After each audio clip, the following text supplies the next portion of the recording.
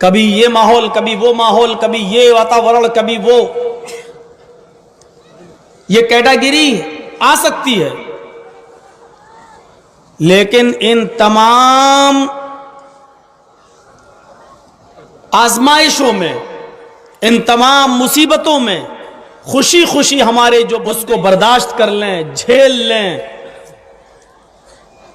اور ان مصیبتوں پر صبر کر لیں. وَبَشِّرِ الصَّابِرِينَ، تو آئے محمد صلی اللہ علیہ وسلم صبر کرنے والوں کو جنت کی خوشخبری سنا دو، خوشخبری دے دیجئے صبر کرنے والوں کو، صبر کرنے والوں کو خوشخبری سنا دیجئے. ان تمام حالات میں بھی اللہ تبارک و تعالیٰ نے یہ نہیں کہا ہے کہ فساد پھیلاؤ، ہنسا کا راستہ اختیار کرو. بتائیے، خوف و دہشت کا ماحول پیدا ہو جائے، بھوکے لوگ مرنے لگیں. دیکھ رہے ہیں آپ، گاڑیاں آ رہی ہیں سرداروں کی، سکھوں کی، اور کھانا بانٹ رہی ہیں. ایسے حالات اگر آ جائیں تو برداشت کر لینا، صبر کر لینا، لیکن ہنسا کا راستہ، فساد کا راستہ نہیں. وَنَقْصٍ مِّنَ الْأَمْوَالِ، تمہارے لاکھوں کروڑوں اربوں کی ملکیت برباد ہو سکتی ہے. پیسہ ہاتھ کا میل ہے، گھر مکان جلائے جا سکتے ہیں، جلانے والے نہیں جانتے، ان کے اندر مذہبی جنون ہوتا ہے، مذہبی عصبیت ہو. ورنہ حقیقت تو یہ ہے کہ ایک مکان بنانے میں برسوں لگ جاتے ہیں ایک آدمی کو، کماتے ہوئے، محنت کرتے ہوئے، مزدوری کرتے ہوئے. ایک مکان بنانے میں برسوں لگ جاتے ہیں، لوگ منٹوں میں بستیاں جلا کر راکھ کر دیتے ہیں. اس صورتحال کو سوچنا پڑے گا. ایک مکان بنانے میں سالوں کا عرصہ لگ جاتا ہے، اور 5 منٹ 10 منٹ میں پوری کی پوری بستی جلا کر راکھ کر دی جاتی ہے. وہ درد نہیں سمجھیں گے جن کے ہاتھ میں گھاسلیٹ ہو، پیٹرول ہو، تیل ہو، دیا سلائیاں ہوں اور آگ لگانے کے سارے سامان موجود ہیں. مالوں میں نقصان کر کے بھی ہم تمہیں آزمائیں.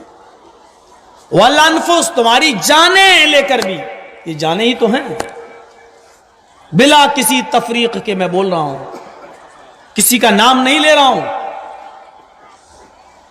حادثے ہوں گے، ظاہر ہے.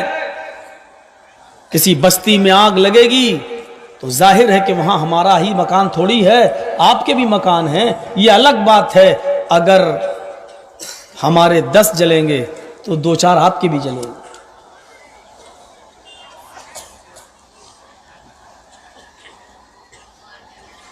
فتنے اور فساد کے جتنے بھی راستے ہیں،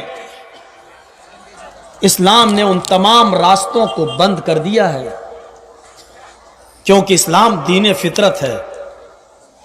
آپ کو معلوم ہے فطرت؟ دیکھیے، ہم مسلمان ہیں، آپ مسلمان ہیں، بہت سے ہندو بھائی بھی ہیں، عیسائی بھی ہیں، سکھ بھی ہیں، جینی بھی ہیں، بدھسٹ بھی ہیں، پارسی بھی ہیں، ہر دھرم کے لوگ ہیں.